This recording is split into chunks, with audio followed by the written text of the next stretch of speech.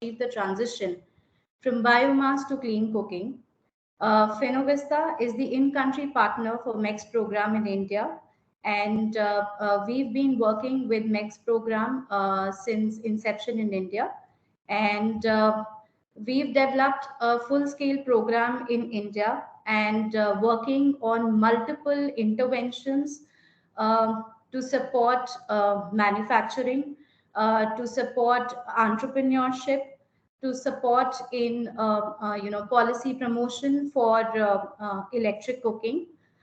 We've developed a series of platform, one of which is Talk Series, to discuss issues which are critical to transitioning to modern energy for cooking.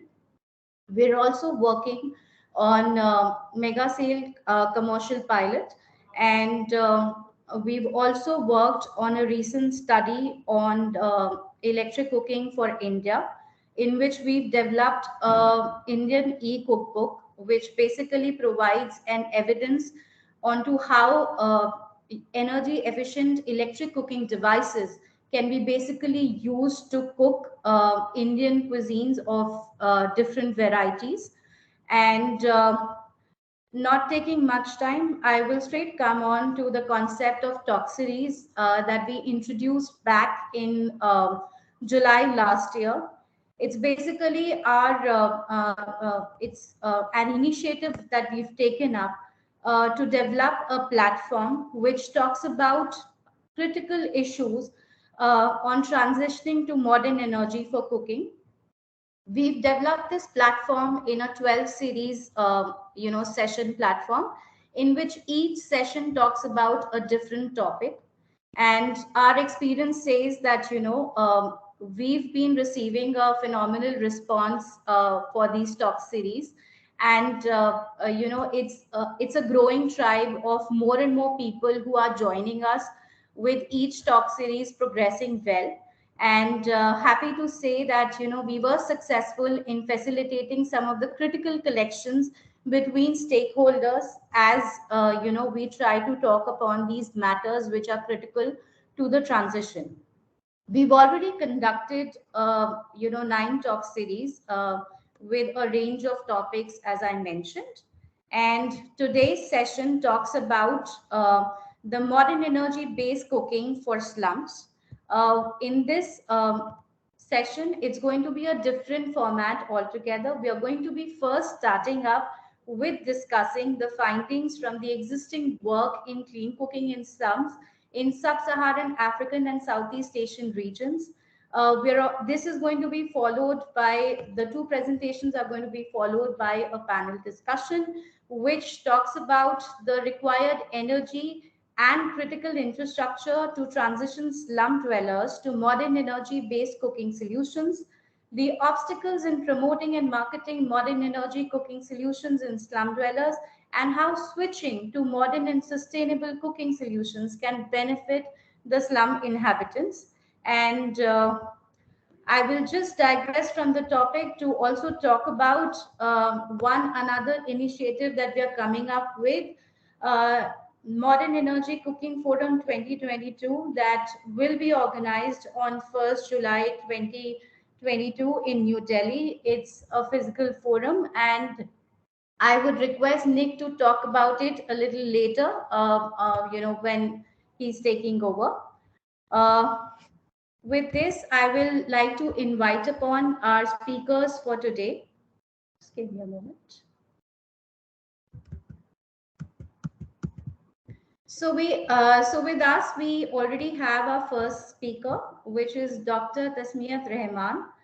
He is a lecturer in the School of Electronics and Computer Science at University of Southampton. He graduated from Imperial College of London in 2011 with a first-class honours degree in electrical and electronic engineering, and then awarded a PhD in 2016. He now leads a team of researchers focusing on developing combined solar and energy storage technologies, building their sustainability through integration of IoT networks, and understanding the socio-economic barriers to implementation within the developing community. Dr. Tasmiyat has published 17 journal papers and has delivered over 20 oral presentations at national and international conferences. And his research output is also highlighted by winning the IET Innovation Award in 2019. Dr. Tasmiyat, welcome, and I would request you to please take over. Thank you. Thank you very much. Thank you for that lovely introduction. So let me just share my screen. Can you guys see that okay? Yeah, we can see that. Yeah, perfect. Yeah. All right. Thank you, everybody. Everybody, welcome to this talk. It's actually one of the first times we're presenting the outputs of our current MECS project in Dhaka, Bangladesh. The title of the project is E-Cooker Network for Urban Slums, looking at the benefits and barriers to implementation. This is a project led by the University of Southampton with in-country partners with United International University and S&B in Bangladesh. This is, of course, funded by MECS through UK aid, but the university also gave us supporting funds through the GCRF package in the UK. So I'll briefly go through all of the slides because there's quite a few and there's a short amount of time. Just quickly, an overview of the cooking fuel situation in Bangladesh. We still have about 70% relying on solid fuels, obviously leading to environmental degradation and dependency on cooking. And I think most of us here will be aware of that the household air pollution causing over several 100,000 deaths a year in Bangladesh, using 7,000 children as well with acute lower respiratory infections.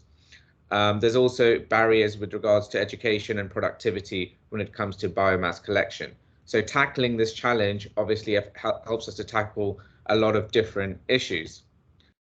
This specific project was focused around the slums and the household air pollution within a slum community. We were targeting Dhaka due to its rapid population growth, housing shortages, driving residents into the slums, them suffering significantly from air pollution and adverse health effects due to biomass cooking. One of the key things to think about in this challenge is the informal supply of electricity and how that plays a role in setting up something like a solar PV system as a central power point for clean cooking. So our objectives was to develop a pilot network that could offer some level of energy independence through a solar powered induction cooker network system. We wanted it to be a centralized PV system so that you could distribute the cost of the system as a whole and deliver that pilot network and try and understand some of the barriers, cultural issues and complex social issues as well as the willingness to pay. So initially, we actually visited, I think, roughly 3 different slum sites in Dhaka. Ultimately, we went with the Bhashantek slum site. This was after several discussions with the slum management group about the ability to work within that slum and the support that we would get within that slum. And these are some images we have of the Bhashantek slum site. And this was one of the slums chosen because of their widely used usage of wood-based stoves, such as what we see here. So initially we did a household survey of about 100 households within this slum to understand about their cooking practices, as well as their social and economic development through that slum, their incomes, their wood usage, their mixed energy usage, as well as trying to understand locations at which we could position our PV system as well. Then we went on to the design phase of actually inputting that photovoltaic system, the large-scale system within that slum. We're also developing an Internet of Things network for monitoring power usage, as well as smoke exposure. So those were some of the key things that we have to achieve within our project. And I'll show you some of the progress with that shortly. So in terms of the actual surveys, we first did the household survey, which was with 100 households. Then there was a community workshop with just the 60 subset of users, which would be using that induction cooker to really understand in more depth about their opinions and behaviors when it comes to cooking with wood and their potential barriers they might have to cooking with electric and cleaner cooking solutions. So before installation, we through our survey, We were able to find some key outputs, particularly regarding their informal electricity connections. The houses, obviously 99% of them being built from tin shed.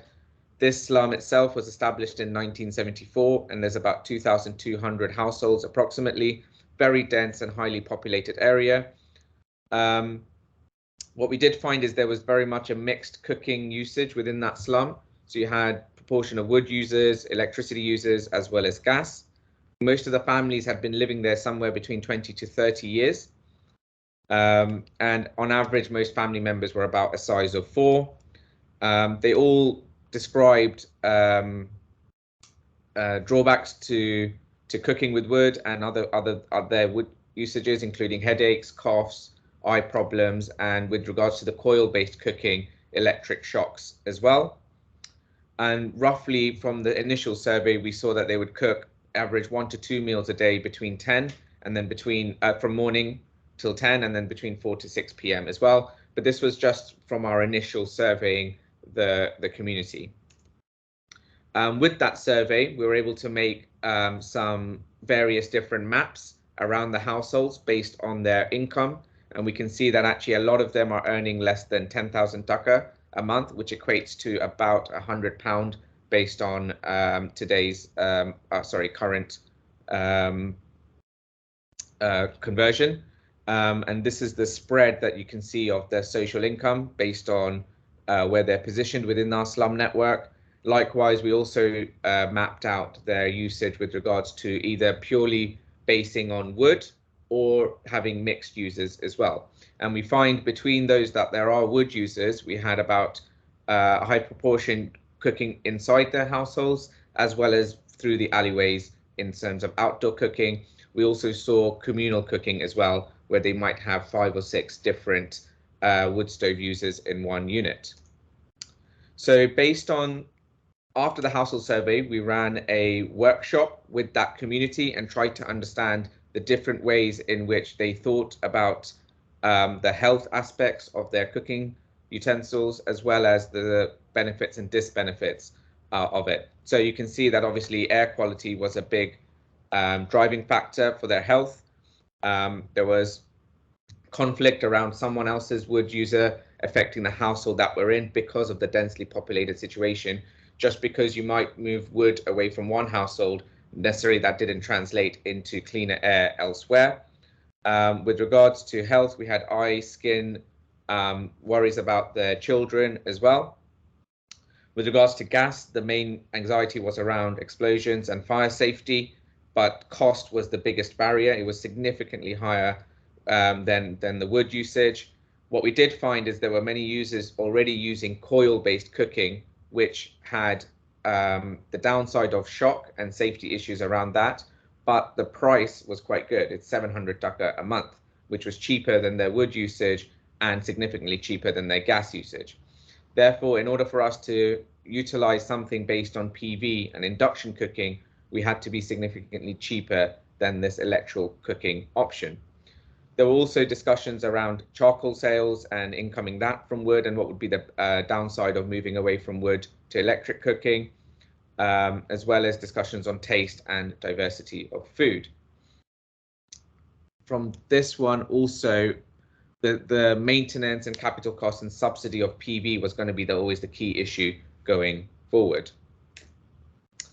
So after that initial household survey, where we were able to really grasp some data on their cooking behaviors, and then there's some of their perceptions based on our first stages of workshops, we then ran a 5-week period back in December on cooking diaries. So we set up a cooking diary as shown here on the right hand side, where we would ask them for to note down, obviously this was translated in Bengali, but it would be noted down what time they were cooking, where they were cooking inside or outside, what they were cooking with, and what did you cook, the type of food. Was it boiling foods, frying foods, cooking curries, heating up the food? And these options were actually determined based on the discussions we had with the community.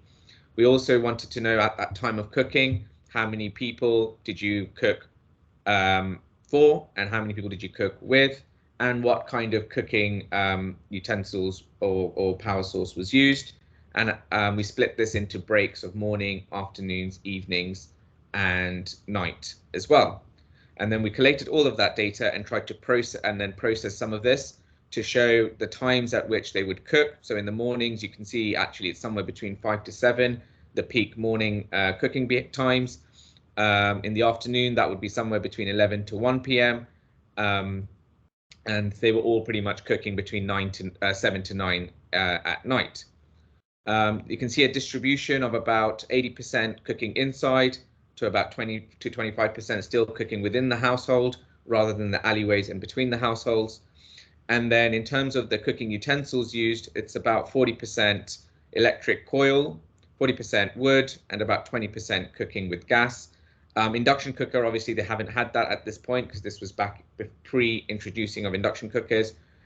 We are now undertaking the cooking diaries, and hopefully we'll see how this energy mix will change based on the introduction of induction cooking. We also see that actually most of the time they are cooking for 1 to 2 children and 2 to 4 adults. So these cooking diaries were done extensively in that 5-week period with the support of the team with S&V, who went there regularly on a daily basis to make sure that they were being filled in correctly. We also have a breakdown on the different types of cooking, so frying, whether they were frying vegetables, eggs, fish, boiling different types of foods, or cooking them for curries and their distribution. Some of the key things that stick out is obviously at nighttime, it was mostly the heating up of the food that was the main driving factor. Dr. Rahman, I'm sorry to interrupt, but I'll just give you a heads up for 2 minutes. We Sure. have just 2-3 minutes. Yeah, thank you. Okay, I will come through that quickly then. Yeah, that's a good idea. So this is our installed photovoltaic system. It was an 18 to 20 kilowatt system, which was installed above the slums with induction cookers aimed at 600 to 800 watt usage.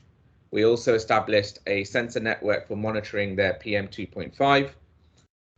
Some of the challenges that came about, so site selection was one of the key ones. There were often land disputes, worried about shading from the PV modules because it was an elevated system, potential roof damage. There was also conflict between which households the system would sit above. Difficulties came around water pipeline and sewer lines within that slum community, limiting where we could actually establish foundations for our PV system.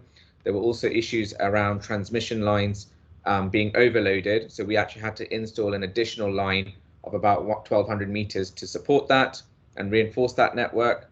There were also conflicts with the informal electrical suppliers as well, which we can discuss more later in the Q&A. Some of the barriers is the slow cooking of induction cooking. We tried to aim at 600 watts to have a 60% RE penetration, but actually they adapted it to much higher usage. Frying fish was the main issue with our induction cookers. They're mainly used for boiling potatoes, rice, and reheating the food.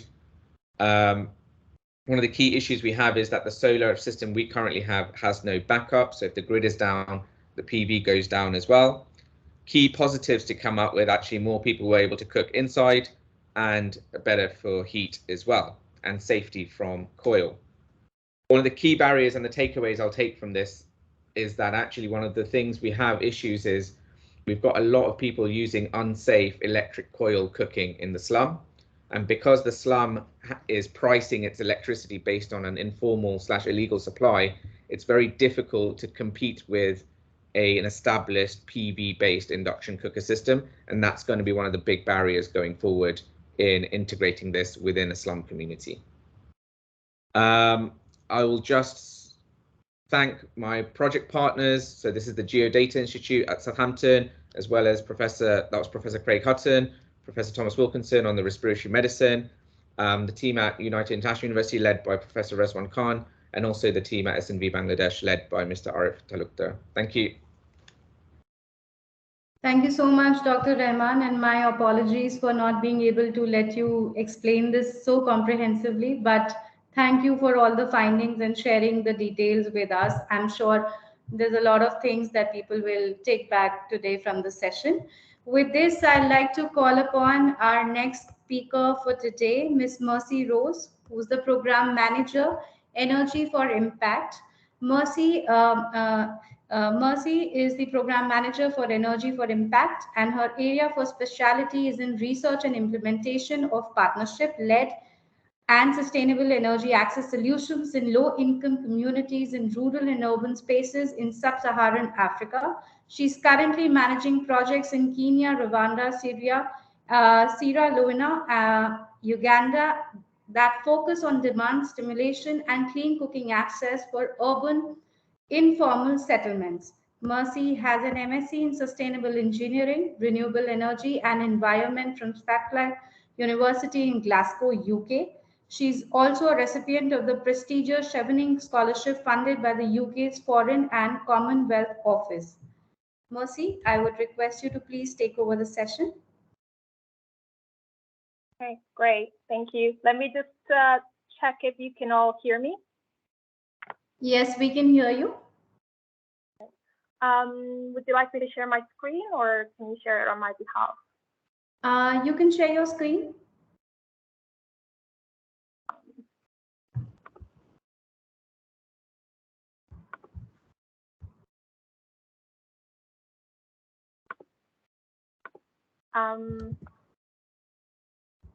It's visible. We can see your presentation. Yeah. Okay, fantastic. So thank you so much for the introduction, and hi everyone. It's afternoon here in Nairobi. So I will start with a bit of an overview of Energy for Impact experience in the urban slums in sub-Saharan Africa, after which I will talk briefly about some of the lessons that we've learned so far from the projects that we've been carrying out. So our work in urban slums started in 2019. We got generous funding from the VPOL Foundation to do a scoping study on energy access needs and opportunities in urban informal settlements in certain cities in sub-Saharan Africa. So we did a field study in Sierra Leone, in Freetown, in Uganda, Kampala, and in Ghana, Kumasi. So, and the results from that study allowed us to actually set up or design a project, an implementation project later in 2020, which I will speak about shortly.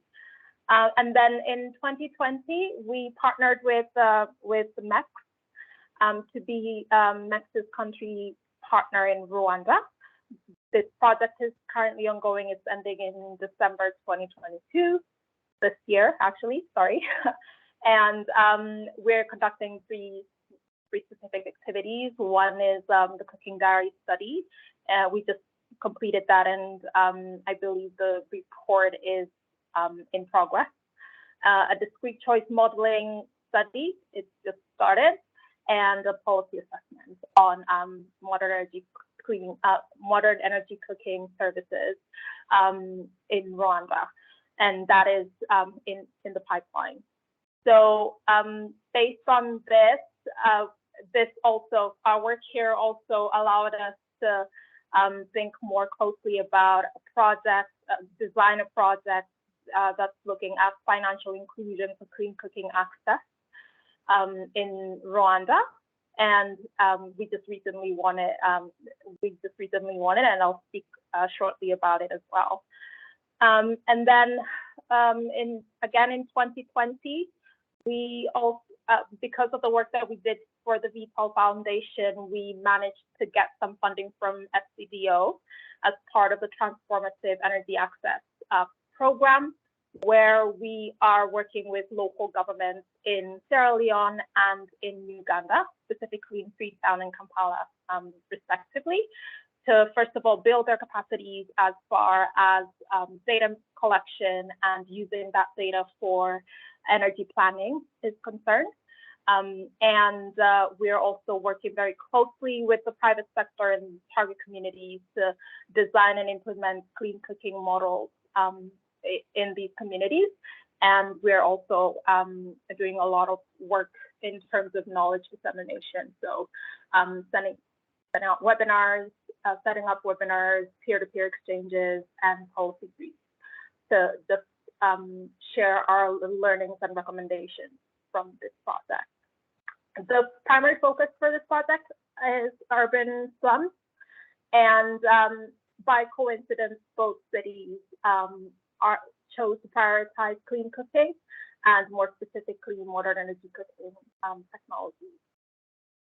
Then last year, we got a project funded by the World Bank, where we're conducting a field study on electricity demand drivers and barriers, specifically among grid-connected households. And the idea is to try and understand why people are still not consuming electricity as much as they should, or as much as they are expected, given connections have been subsidized here in Kenya. And this work is ongoing. And one key area that we are also looking at is e-cooking. And finally, we just recently got funding from the Jersey Overseas Aid to look at a project that is focusing on access to finance for women living and working in urban informal settlements in Freetown and Kigali. And this, of course, is a culmination of the work that we've done both for MECS in Rwanda and what we're doing through the ENACT project. And the idea is to work with both the private companies and financial service providers to design products that are suitable for women to access for clean cooking. Okay, so what have we learned so far based on the experience that we have carried out? I'm just gonna walk through this really quickly. I've categorized this into three main groups, but I'm very sure, you know, some of the challenges and some of the opportunities are much more, and probably, you know, much more complex than what I've provided here. But to put it simply, on the policy side, there has been a lot of focus or a lot of push in Sub-Saharan Africa so there's been a lot of push in Sub-Saharan Africa to go with LPG compared to electric cooking. It is likely because the infrastructure is still not yet suitable enough to then support e-cooking, and also because electric cooking is quite novel at this time in Sub-Saharan Africa. So local governments are, you know, local and national governments and policies are driving transition to, you know, are pushing transition to clean cook to LPG, and therefore that is where the market is responding as compared to electric cooking. The second thing is on the mandates for local governments. So in Sub-Saharan Africa, it is crucial. It's very important to work very closely with the local governments, so municipalities and city councils. And but it has to be within their mandates, and often their mandate is in driving climate action and environmental conservation related initiatives. And usually the priority for whatever we do has to be focused on helping them reach their targets locally. The third thing on policy is in terms of enabling what exists to drive uptake of clean cooking or modern energy cooking.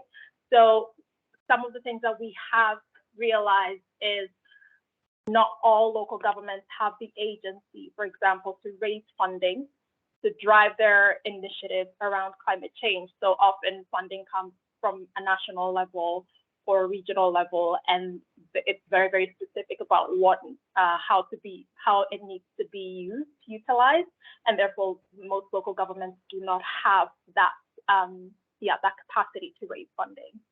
Another thing is their ability to also design local policies specifically on clean cooking or modern energy cooking. So usually, from our experience, they can only do that if it lies within the climate action docket.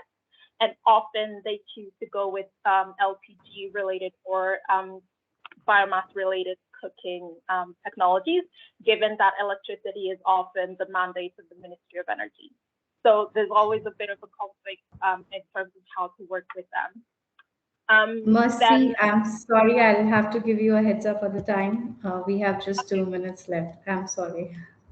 That's fine. I'll just rush through the rest. So on the supply drivers, grid quality and reliability are often an issue, as well as the infrastructure for last mile delivery of LPG, especially in urban informal settlements, given how haphazardly they are organized. And most suppliers actually often do not want to go to these places for fear of security. And there's also the issue of illegal grid connections and how to handle informal middlemen when it comes to e-cooking or using grid electricity for e-cooking.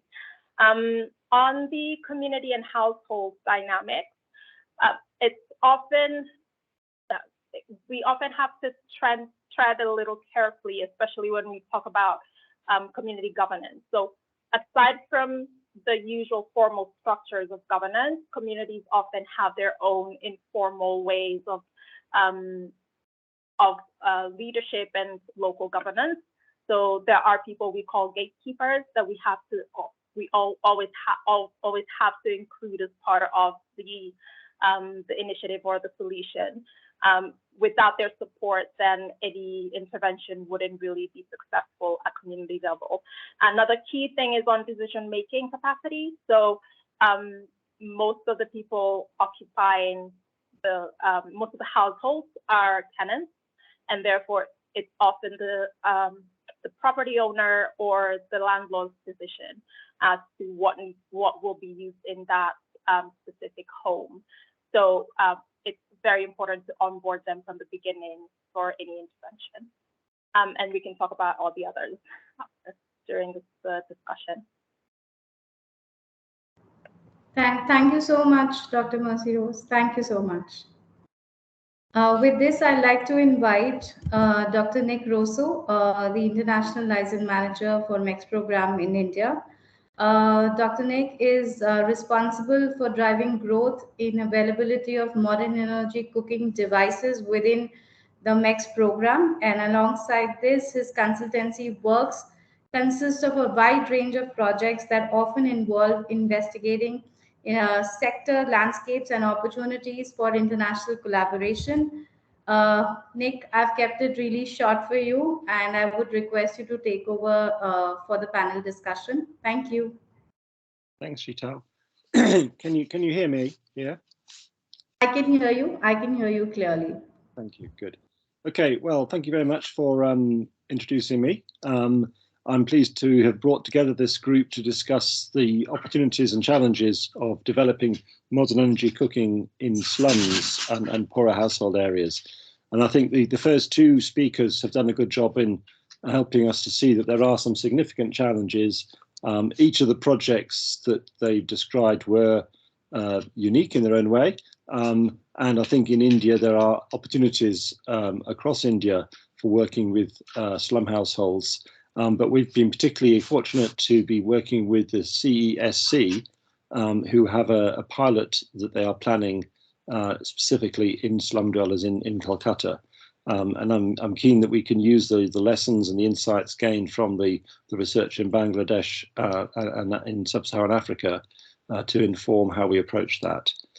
So the panelists are in a slightly different order because Mr. Anjan Mitra has to leave very shortly. He's only got 10 more minutes. So I wanted to get him to speak first to tell us about the project and the work he's doing there.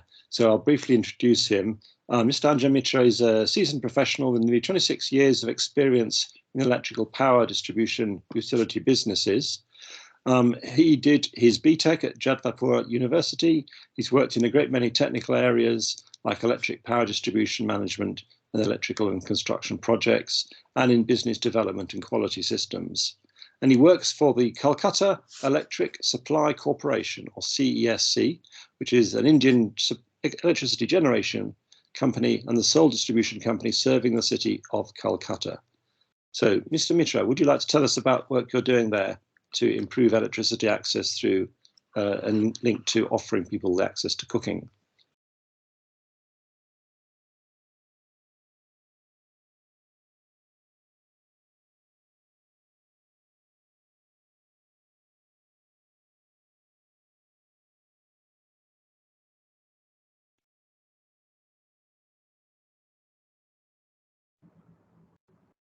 He's on mute, actually.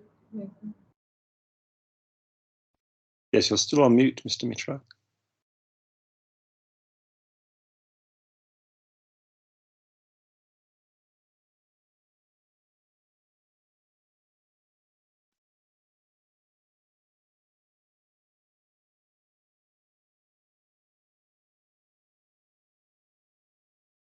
Can you unmute him from the center, Shital?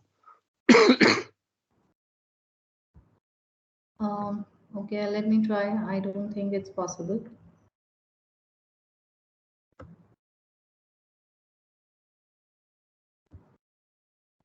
I can't unmute. Anjanji, you have to try yourself. Hello, could you hear me? Yes, better. yes. Hello. Hello. I don't know, something was happening with the laptop. I don't know what, but sorry, very sorry. A good afternoon to my Indian friends and a good morning to my foreign friends. No, I should not say foreign friends. They are known to me. Friends who are not in India. Okay, myself, Anjan Mitra. I have been working in CESC Limited, and very briefly, I should tell you what in CESC we are doing regarding electric cooking proliferation in the twin cities of Kolkata and Howrah. Both are 300 years old cities in India. We are serving around 567 square kilometer of area and 3.3 million households. So it all started in a macro level. The goal was that in fact it is the goal for all discoms in India that we should bring it down our energy purchase from other countries. I mean to say petroleum and other products on a macro level. And on a micro level, it is the environmental sustainability that we have to do with it with our small measures or small processes that we carry out in our own way as a discom.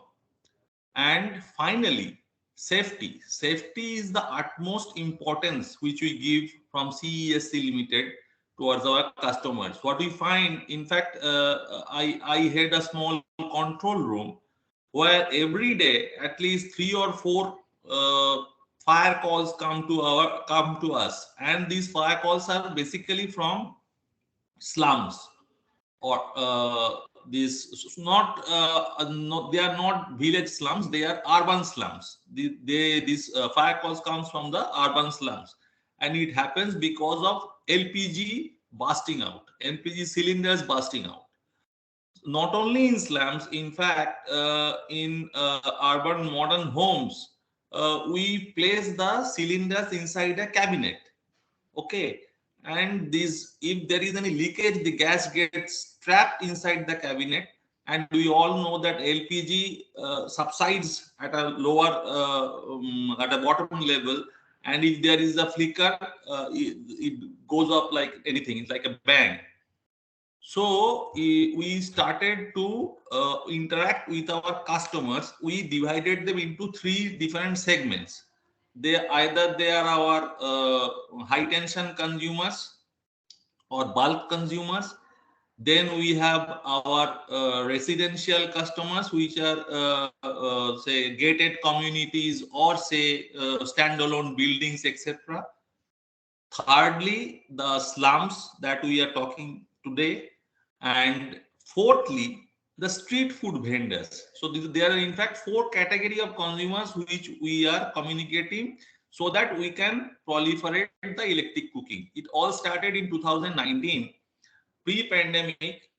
And in the pandemic years also we carried this process, so that till date we are proud to say that we have been able to convert around 250 customers from uh, this cooking with LPGs or say charcoal or wood stock, etc. They have been converted to electric cookings. And these consumers are not only residential consumers, there are around 67 restaurants and hotels whose kitchens we have been able to convert to smart electric cooking. Then with the help of Bengal Chamber of Commerce and Industries in Calcutta, we organized a fair for the street food vendors. And prior to the fair, we taught them with the help of chefs hired from different hotels, different restaurants, that how to cook their cuisines from with the electric cooking. And these training workshops helped them a lot. And finally, we held a fair where around 400 street food vendors participated, and there was a huge crowd. They liked the food they cooked through electric means of cooking. So we again want to carry out the same journey this year also in the month of September, October, and in the winter days. And what we are planning is that we want to make arrangements for giving electric connections to these street food vendors, so that from these connections they can easily in a common meter board, from these connections they can easily cook their cuisines by means of electric cooking. This is one project that we are carrying out. Another is for the slum dwellers. Now, what is the problem that we are facing for slum dwellers? See, we have a robust electricity network as far as CESC transmission and distribution system is concerned with. We are a 2,500 megawatt distribution company, and there is no dark up power for cooking or for anything you say. But the problem lies that in these slums, you have downstream networks which are in shambles. And these downstream networks are not managed by a DISCOM. Everywhere in the world, the beyond meter circuits or the downstream networks, which is basically owned by the consumer themselves, that poses a problem for higher amount of loads to be utilized by these slum dwellers. So we have taken it up with our municipal corporation. We have taken it up with Finovista. We have taken it up with Copper Alliance, non-government organization. We are working together so that we can help this slum people to change their part of the network, make it resilient enough to withstand this electric cooking. And once it is done, we are trying to have a pilot in 2 such slums where we will proliferate this electric cooking through our partners. See, we are in the power distribution business. We don't have our core competency in the electric cooking, but from environmental sustainability point of view and from safety point of view, we want that this electric cooking should proliferate in these slums. So that is one part of it. And regarding the residential part that I have told you, the gated communities or the bulk consumer gated communities, there we are carrying out interaction programs with our consumers. We are showing them presentations. We are discussing with them that, see, it is all about a mindset. It's not that your electricity cooking will cost you a fortune and your LPG cooking will cost you a minimal amount. It's not like that. In fact, if you go through our presentation that we have hosted in our website, in CES's website, you will find that we have specifically shown with proper calculation with our competitive tariff that cooking cooking the cuisine that you want through electricity will cost you much less than if you do it with unsubsidized LPG connection, because these residential gated communities, they are not subsidized category. So this Thank you, Mr. we are trying. I need to ask you to stop there, please. Sorry. I think you've got to go, and we have two more speakers that are have a contribution to make. About I think slum. I have covered most of it. Thank you very much. Yeah, and I think it's helpful for people to understand that the work with the slum dwellers is at a very early stage. That your first challenge is to get the electric infrastructure in place, and then to start working on the e-cooking, and we're happy to help with that. Okay, but what I'm keen to do is to give a voice to others with experience in this area of promoting clean cooking in India, who can maybe reflect on the lessons from the other projects that we've heard about and how they might be relevant to India. So I want to start with Ms. Nidhi Sarin. I hope she's there. She leads GIZ's work on energy planning and access in India. GIZ, for those of you who don't know, is the Deutsche Gesellschaft für internationale Zusammenarbeit, and it's the main German development agency providing services in the field of international development cooperation.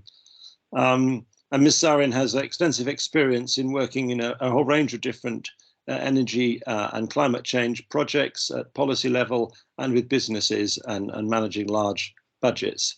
So, Ms. Sarin, could you share a few thoughts on what you've heard and the kind of opportunities and challenges that you think we will face, and particularly Mr. Mitchell will face in introducing cooking into slums in India? Yes, good morning and good afternoon. I don't know, Nick, where to start, because the previous learned speakers have captured almost everything. So my job is very difficult and very easy because I don't need to go deeper now. I can just touch upon things, and the things are self-explanatory. First of all, thank you so much for taking up this key topic and bringing the spotlight on the important topic on cooking. And I would like to really congratulate the Modern Energy Cooking Services program on the work you've done so far. And also saying, when we are talking about cooking, cooking has been a debate for decades in India now. And we from GIZ at least have been working for more than a decade on cooking, ranging from biomass cook stoves to biogas to now electric cooking, and also a bit on the LPG penetration. We in fact assisted Niti Aayog to come up with a clean cooking roadmap. Now that you just mentioned that we should actually be looking at the lessons which we learned from the other programs that we had learned. So many of the lessons that we sort of learned from the other programs which were run by the Indian government or the other agencies are more or less captured, and they sort of give us a roadmap on how to proceed. Cooking is one of the things which at the moment we cannot say that we can live with one stack. I must say that. In my household, I have a mixture of induction, I have a microwave, I have a PNG connection, I have multiple other electric cooking devices. So it is not one size that fits all, and we cannot just say that electric cooking will replace all other devices. Let me start with that word, and it'll be very hard hitting, but we have to accept that. I mean, we all know that a large amount of Indian population is still dependent on biomass for cooking application. The Indian government has done a marvelous job on sort of increasing the LPG penetration and access, particularly in the rural areas. But at the same time, we now realize that India has now become the second largest importer of LPG. We've been sort of importing and providing access. If you go deeper down in the rural areas, even if you have access, and I'm personally sort of gone in the areas where your cars and four-wheelers will not reach, and the people have their not electric, but LPG cooktops, but they don't have a refill, right? So it's sort of pushing it back to the vicious cycle of going back to the biomass, which is my biggest fear in life. But on the same side, I mean, we have Indian government launching the programs on Go Electric and simultaneously making announcements for internationally on the overall renewable energy mix increasing. So creating a balance between that. We are well aware of the consequences of the indoor air pollution, and the effects are, of course, more intense, as I think Dr. Rahman and other speakers in their presentation said. It is more intense in the condensed areas and populations like slums. I think in your flyer only you sort of mentioned that around 17% of our urban population lives in the slums, which makes it very harmful, very prone to the harmful effects. And it is not only one household which suffers because that biomass cooking is happening there, but it is the neighborhood also. One of the solutions can be electric cooking, but we've already heard some of the challenges by the speakers. I'm afraid that I'll be maybe just repeating some of the things, so I'll just keep it short. But just to highlight, and Nick, thanks for introducing me, saying that we are working on the long-term energy plans in some of the Indian states. And when we say we are working on energy planning, we are not only doing electricity planning, we are also considering the thermal energy needs. And cooking comes out as one of the major sectors where energy is a high input provider. Parallelly, we also see this as an opportunity that if we are able to convert even 50% of the population to adopt electric cooking, and not even convert all those 50% to 100% electric cooking, there is a significant potential for reducing the dependence on imports of fossil fuels, and at the same time reducing the carbon emissions. Fortunately for us, the previous speaker from CESE lies in one of the states where we are working intensely, West Bengal, the Indian state, and they are very proactive. And cooking has come out as one of the things. So we need to triangulate it and say, what is the experience that CESE gains from here can be replicated and blown up to the other areas, not only in this state, but we've done some kind of studies in the other neighboring states like Odisha and Assam and other places.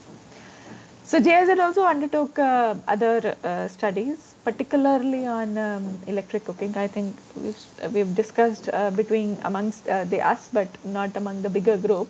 We have undertook studies on the market analysis of electric cooking, user acceptance, and what is the impact if we shift some of the load to the grids, what is the impact it is going to make.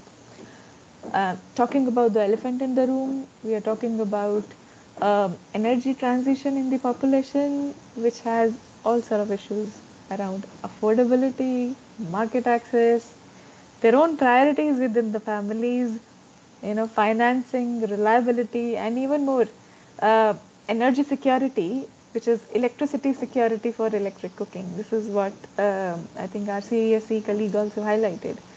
On the other side, user preferences surveys have highlighted that cooking styles of using multiple, in India we have different dishes prepared at one time. We multitask all the time, and we have the induction cooktops that we have at the moment are single stove. So that's a major drawback, and that is one of the learnings from the user acceptance trials that we did. Utensils, the kind of utensils which you have to use, be it a microwave, be it induction cooktops, have to be very customized, and they actually also are, if you put it, they also have a economic connotation on the buyers, and specifically when you talk about the slum population, it is also related to monetary concerns as well as the space constraints. Nobody maybe thinks about that, but if I have a separate cooker for my LPG, separate cooker for my induction, and separate bowl for my microwave, it is too much space that I need. So that is another thing to be factored. A market analysis on the other side demonstrated that the major users of our e-cooking devices are most of these floating population, the bachelors, the students, the people who are on short-term assignments to one place and the other place. So it doesn't really connect with the population that we are speaking about. Nick, should I stop? If you could please, yeah, no, thank you, Sarah. That's lovely. I'm very, and you're hitting on a lot of very important points. And I guess I'm keen to invite our next speaker because she's got practical experience of addressing some of these as well. Sure. So thank you very much. That's really helpful. Thank you. Okay, so our next speaker is Dr. Priyadashani Karth, who did a PhD in physics at University of Pune, but she has since then had a great deal of involvement in the development of new solutions. She invented a number of improved biomass burning cooking devices to reduce smoke in the kitchen in rural areas. And she developed a methodology, which I was a great fan of when I first saw about it, for technology selection and promotion to improve adoption of clean cooking energy devices by end users. So it's helping to tease out what people's preferences are and help them then to find the device that works for them. As well as leading the Samushit Envirotech, which is her own social enterprise for many, many years, she is a co-founder of Orderbox, which is a green startup that we're supporting through the MECS program that facilitates communities adopting clean cooking solutions. And I believe that Dr. Karth hasn't done any work with slums, but I'm sure she'll have some insights and experiences to help to sort of map out the way forward if you are going to do that work. So, Dr. Karth, could you say a few words? Thank you, Nick. So listening to these experiences, and I must thank Nidhi for pointing out some of the important issues there. This is sort of reinforcing what I have been thinking for the last few years. And one big lesson that I have learned, and I would urge all of you to really seriously think about it, is to stop focusing on technology and focus on what is happening in the kitchen. Our aim, remember, is to have clean indoor air. Whichever technology works and makes that happen in a given set of circumstances should be the ones that we should be promoting. For ages, cooking energy related programs have come at it from energy technology perspective. It is improved cook stove program, it is biogas program, it is LPG stove program, and now it is electric cook stove program. And all of them have had very limited success. And that is exactly the reason people will use multiple cooking energy devices, irrespective of their economic conditions. That's what we are seeing. Even in slums, rural areas, urban areas, people use multiple cooking energy devices with multiple energy sources. What is the collective effect of all of these devices is something that should be focus of cooking energy programs. So that is the first point that I would like to put on the table for everyone to think seriously here.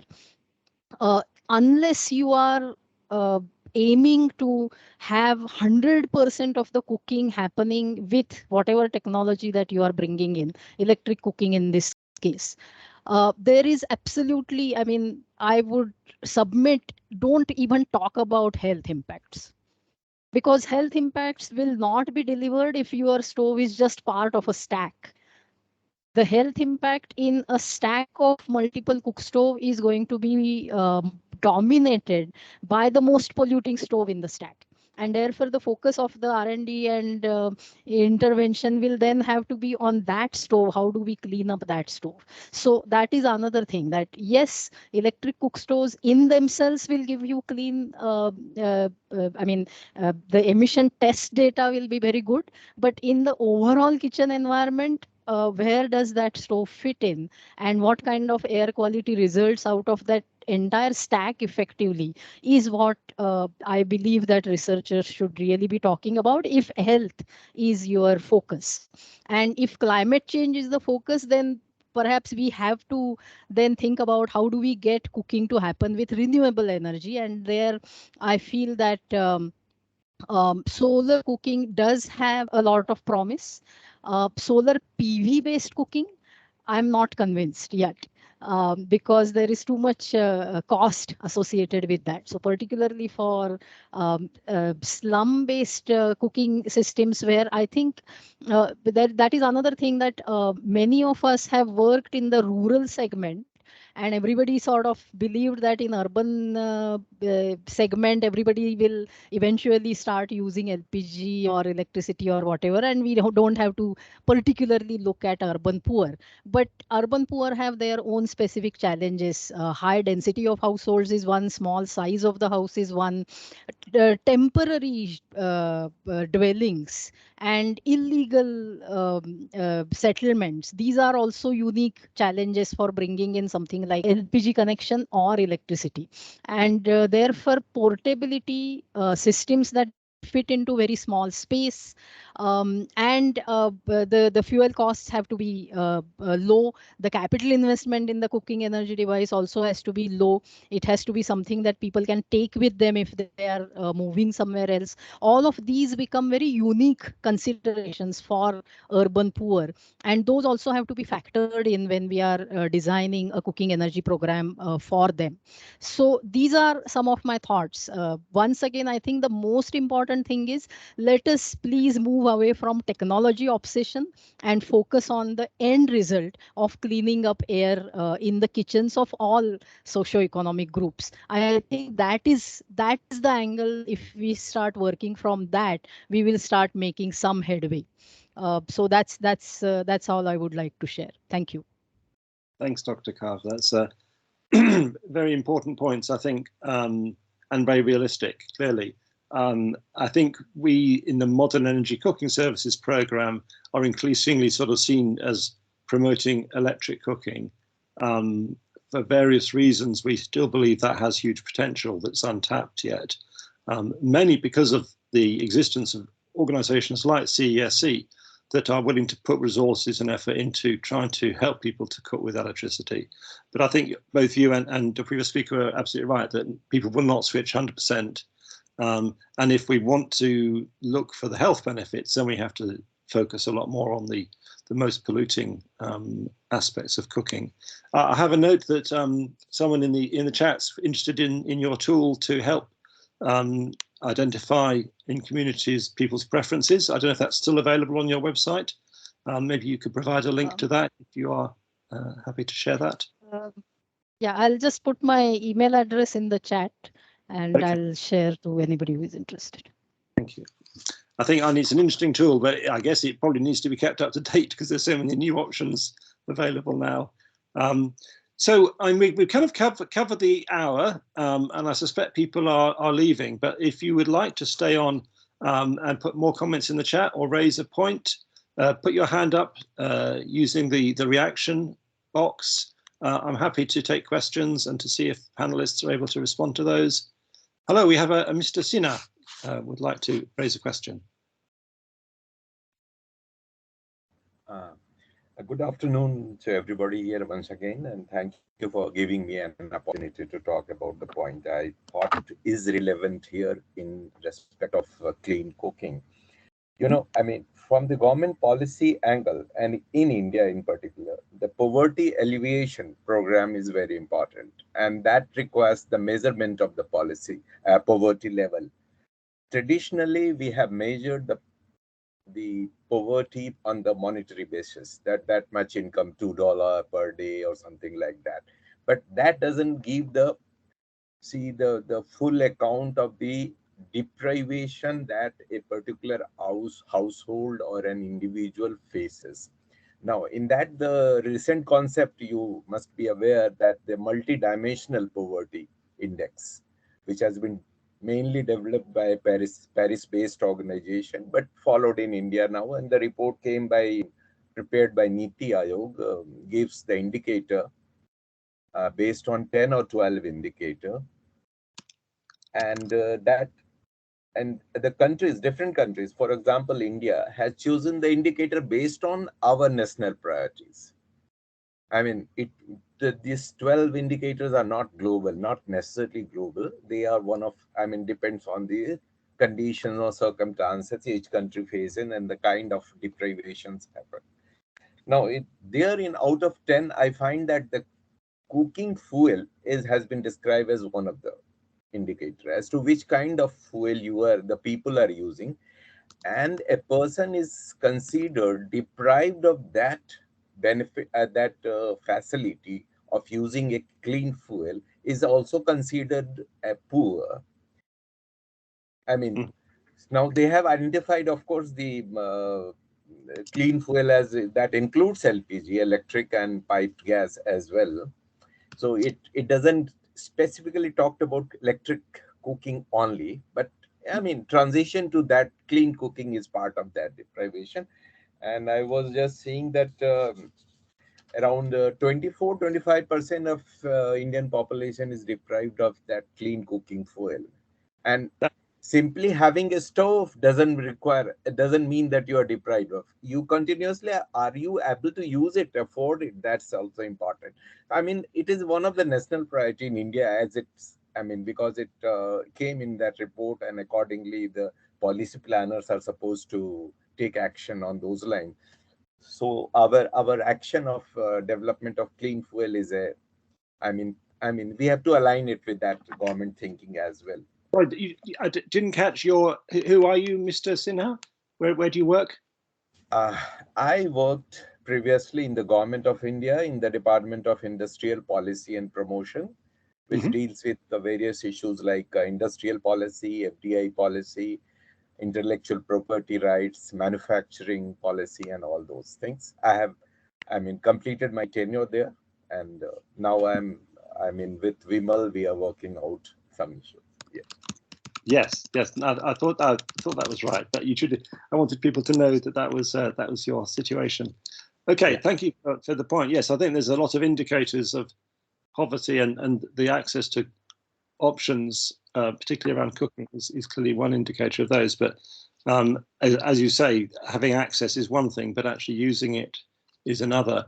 I think what struck me from the earliest discussions about the slum experiences was the many challenges that exist. And it's not just about the sort of technical infrastructure, it's the current economy and the current lifestyle and community patterns, which will become important to engage with, potentially challenging. I'm just looking at the other comments we've got.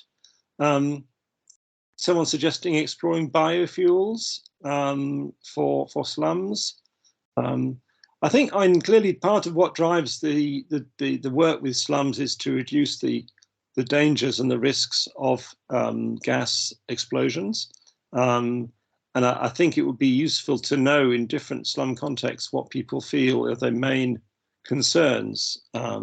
People aren't necessarily aware of the household air pollution impacts until they experience clean air, but they're certainly aware of the fear of a gas explosion and all the damage and hurt that can lead to. But I think we've got to find solutions which also address people's need for food that they appreciate, that tastes familiar, and that is delivered in a way that they are familiar with. Any other comments on what you've heard so far? We've got a number of. I'm just looking down the. So there's a bit of a discussion going about solar PV, whether that has a viable role in all this. I think, as Dr. Carve said, solar PV remains quite expensive, but I think the price of solar PV is coming down. I think the challenge is probably to provide a kind of local grid where there can be some model of community ownership, maybe, for that to help to make it work, and link it also to the income generation potential of cooking. We touched on street food vendors earlier, but certainly those that can cook, if they can cook in large quantities, can then turn that into an enterprise, and that can be beneficial as well. Would others like to come in with points about solar PV?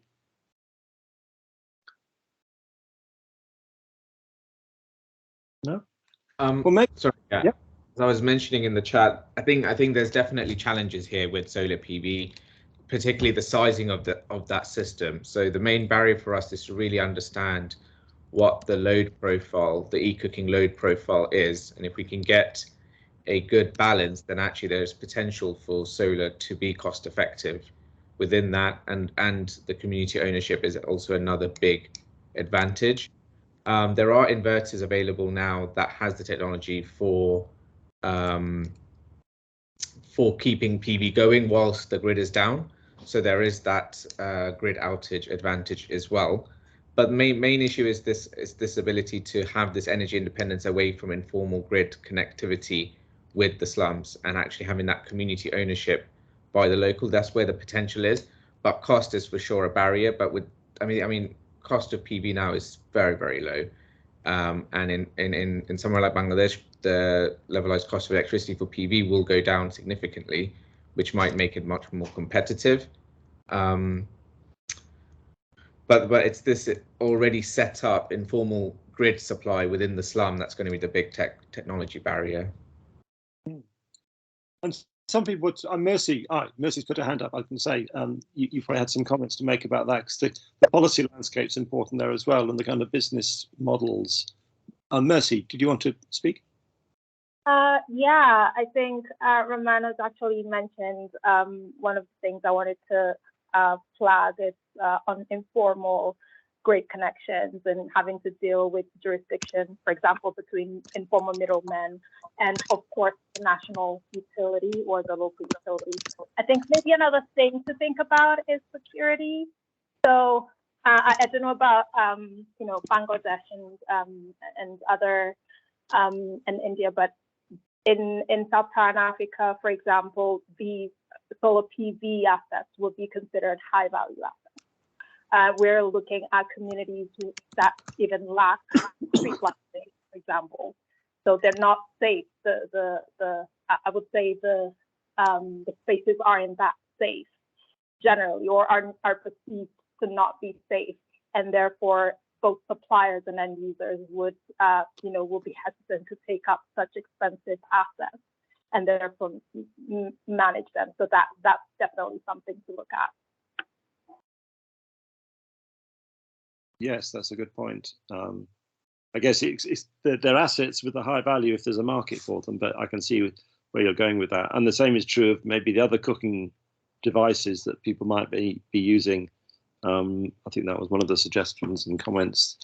What about the space point? Have you come across this challenge of how much space people have in their kitchen environment, in their home space, and what is acceptable, if you like, in terms of not taking up too much space? Assuming that's directed to me, I would say yes. Or test me out. Yeah, for the informal slums where we're working at the moment, yeah, space is definitely an issue. We've witnessed cases where households, for example, have to borrow their neighbor's space to cook, for example, or where people use communal kitchens because it's just not enough space near where they stay, and therefore that would definitely be an issue. Maybe another thing is on the integrity of the infrastructure, or how robust their houses are to even mount solar panels, for example. If for example a national grid or the local utility doesn't want to install or wire their houses because their infrastructure is not that good or doesn't meet their standards, it would still be the same for solar panels, for example. Yeah. Yes. Yeah. In terms of space for PV, we elevate our systems above the tin housing. So the panels are not situated on the houses themselves, but it's an elevated structure. A couple of reasons for that, because we don't want to put undue pressure on the actual housing themselves, but also it provides some resistance to flooding and issues like this when you've got such an elevated system, and again provides another resilient barrier to them for their energy supplies, having that PV connection during times like that as well. In terms of the household space inside for cooking, in the visits that I've been partaking, I don't know if our colleagues in the chat can comment. I think Arif is there maybe, but from what I've observed, there's not much. There's definitely space for induction cookers and the wiring that we've put in. It's not consuming too much of their spaces. There's communal cooking for those that are confined and want to cook outside as well. And you kind of hinted at the climatic factor. We're actually planning to come out to India, and I need to give a plug again to the Modern Energy Cooking Forum that we're organising on the 1st of July in Delhi. You'd all be very welcome to join and to come along to that, where we're going to be having a series of discussions about the way forward and the kind of challenges that India faces in terms of clean cooking. But we're coming out in what I believe is going to be the monsoon season, or at least a very hot and muggy period. And clearly heavy rainfall is a factor that people live with, and cooking must be a challenge in those conditions. I'm interested to sort of think how electric cooking plays into that, and it presumably has benefits over trying to get a fire going, but equally maybe has other risks as well. But I like the point about having it high up means that you're not so affected by flooding.